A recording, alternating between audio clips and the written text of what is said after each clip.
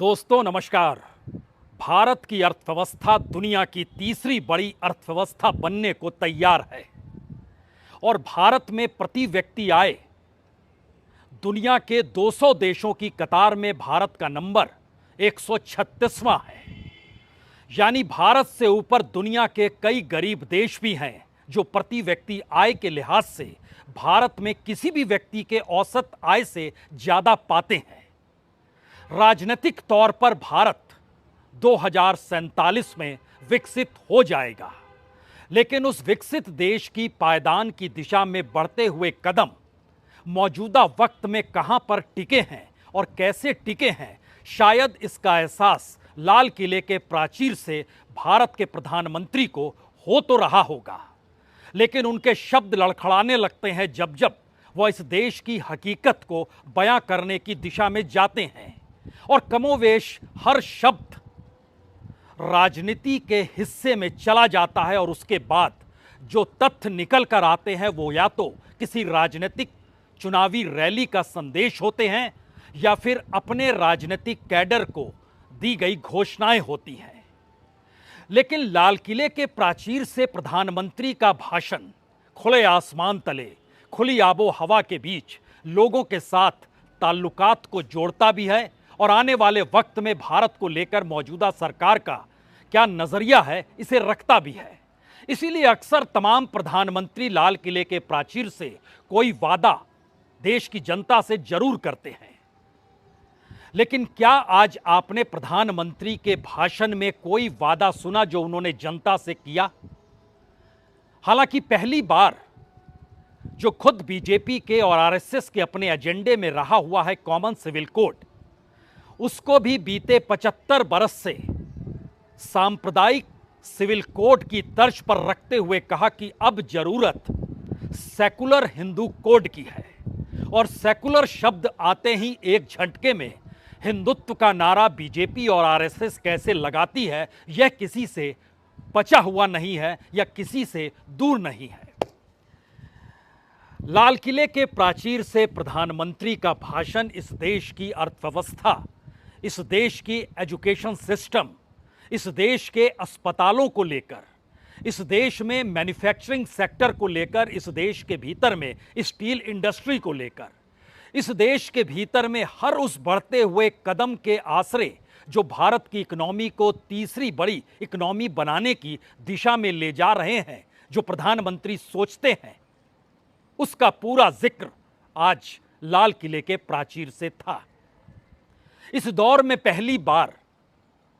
प्रधानमंत्री जिन बातों का जिक्र कर रहे थे, सरकार के आंकड़े उसके उलट जरूर हैं, लेकिन लाल किले के प्राचीर से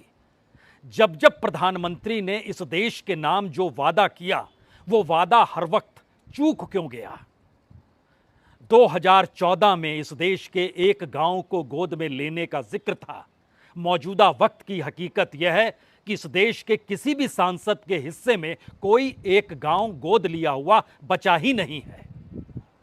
एक वक्त इस देश के भीतर में स्वच्छ भारत का ऐलान लाल किले के प्राचीर से किया गया। स्वच्छ भारत की परिस्थितियों के साथ इस देश में बढ़ते हुए शौचालय गिनती में बढ़ते चले गए, लेकिन परिस्थितियां क्यों नहीं बदली और सेप्टिक टैंक इस देश में उसके समानांतर क्यों नहीं लगे? मैला ढोने वाले आज भी क्यों हैं और उनकी मौत गटर में क्यों हो जाती है? इसका कोई जिक्र आपको कहीं नहीं मिलेगा। इस देश की कानून व्यवस्था या इस देश में समाज के ऊपर संयम भरा नियंत्रण गायब क्यों हो चला है? लाल किले के प्राचीर से प्रधानमंत्री ने 7:30 बजे अपना भाषण शुरू किया और जरा कल्पना कीजिए कि सिर्फ 3.5 घंटे पहले कोलकाता में बंगाल की महिलाएं और जो बच्चे डॉक्टर इंटर्नशिप कर रहे हैं उनके परिवारों के लोग उस जगह पर जमा हो गए जहां पर एक लड़की के साथ जितना विभत्स कुकर्म किया गया, और उन परिस्थितियों के भीतर उनका गुस्सा उफान पर था। वो उस अस्पताल के भीतर चले गए, उस कमरे तक चले गए जहां पर यह सब कुछ हुआ है। इस देश की तकदीर की लकीर कैसे आज खींची जाए हमें लगता है आज इसका जिक्र करने की जरूरत है, वह भी प्रधानमंत्री के भाषण के अक्स तले, क्योंकि पहली बार इस देश के भीतर में कानून को लेकर नहीं बल्कि कॉमन सिविल कोड को लेकर प्रधानमंत्री ने एक जिक्र किया। तो बात आज वहीं से शुरू की जाए, क्योंकि हमने शुरू में कह दिया था कि राजनीतिक रैलियों में दिए जाने वाले भाषण और लाल किले के प्राचीर से दिए जाने वाले भाषणों में अंतर होता है, लेकिन सिर्फ शब्दों का अंतर नहीं होता है, वो शायद लोगों से जुड़ने और उससे सरोकार बनाने का भी अंतर होता है। तो आज बात कॉमन सिविल कोड से एक तरफ सुन लीजिए प्रधानमंत्री बीजेपी कार्यकर्ताओं को संबोधित करते हुए क्या कहते हैं, और दूसरे बाद सुन लीजिए आज लाल किले के प्राचीर से उसी बात को कैसे कहते हैं। ये लोग हम पर आरोप लगाते हैं, लेकिन सच ये है कि यही लोग मुसलमान करते हैं। और सुप्रीम कोर्ट ने बार बार कहा है, सुप्रीम कोर्ट डंडा मारती है, कह रही है कॉमन सिविल कोड लाओ, लेकिन ये वोट बैंक के भूखे लोग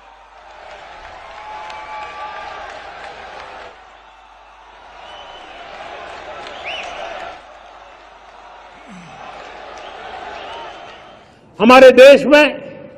सुप्रीम कोर्ट ने बार बार यूनिफॉर्म सिविल कोड को लेकर जो चर्चा की है,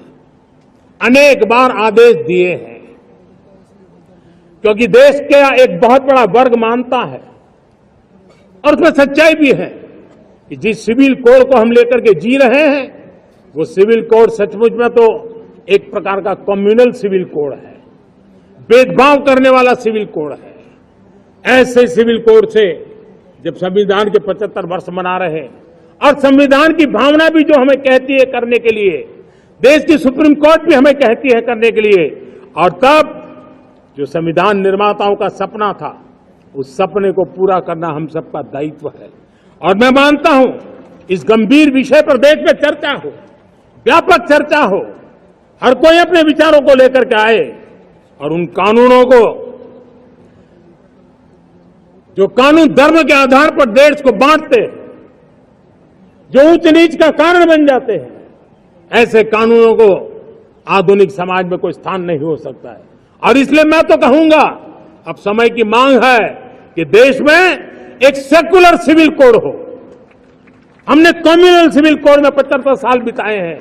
अब हमें सेक्युलर सिविल कोड की तरफ जाना होगा। हर कोई जानता है कि अयोध्या और धारा 370 के साथ साथ कॉमन सिविल कोड बीजेपी के राजनीतिक एजेंडे में कोई आज से नहीं है, यह बरसों बरस से चला आ रहा है। तो क्या लाल किले के प्राचीर से आज इसका जिक्र इस रूप में होना चाहिए? यह सवाल हम आप पर छोड़ते हैं, लेकिन एक क्षण के लिए सोचिए, जब संविधान लागू होने के बाद 1951 में 1951 में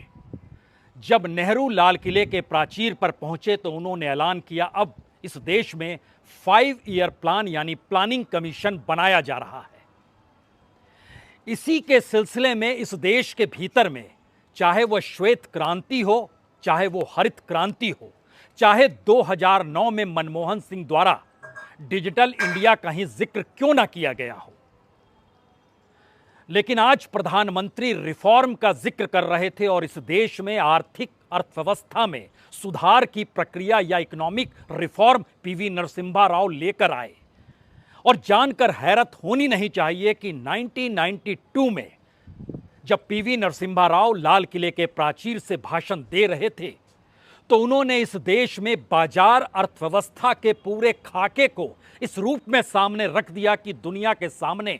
भारत एक बाजार के तौर पर और भारत एक कंज्यूमर के तौर पर कैसे उभर कर सामने आएगा। और जो पुरानी लकीर समाजवादी दृष्टिकोण की चली आ रही थी उससे उलट उन्होंने इस देश की इकोनॉमी का उस कच्चे चिट्ठे को रखा, जिसके बाद हिंदुस्तान की अर्थव्यवस्था की पूरी परिस्थिति बदलते चली गई। और अटल बिहारी वाजपेयी जब सत्ता में आए तो 1998 में इसी लाल किले के प्राचीर से उन्हें कहना पड़ा कि हम रिफॉर्म 2 अपना रहे हैं, यानी पीवी नरसिम्हा राव जिस रिफॉर्म के आश्रय चले थे हम उससे आगे कदम बढ़ा रहे हैं। लेकिन आज प्रधानमंत्री रिफॉर्म का जिक्र कर रहे थे, लेकिन रिफॉर्म की सोच क्या होती है? क्या वो सिर्फ इंफ्रास्ट्रक्चर से जुड़ी है? क्या वाकई वो इस देश के अलग अलग सेक्टर को लेकर प्रधानमंत्री जो कह रहे थे हर क्षेत्र में रिफॉर्म होना चाहिए,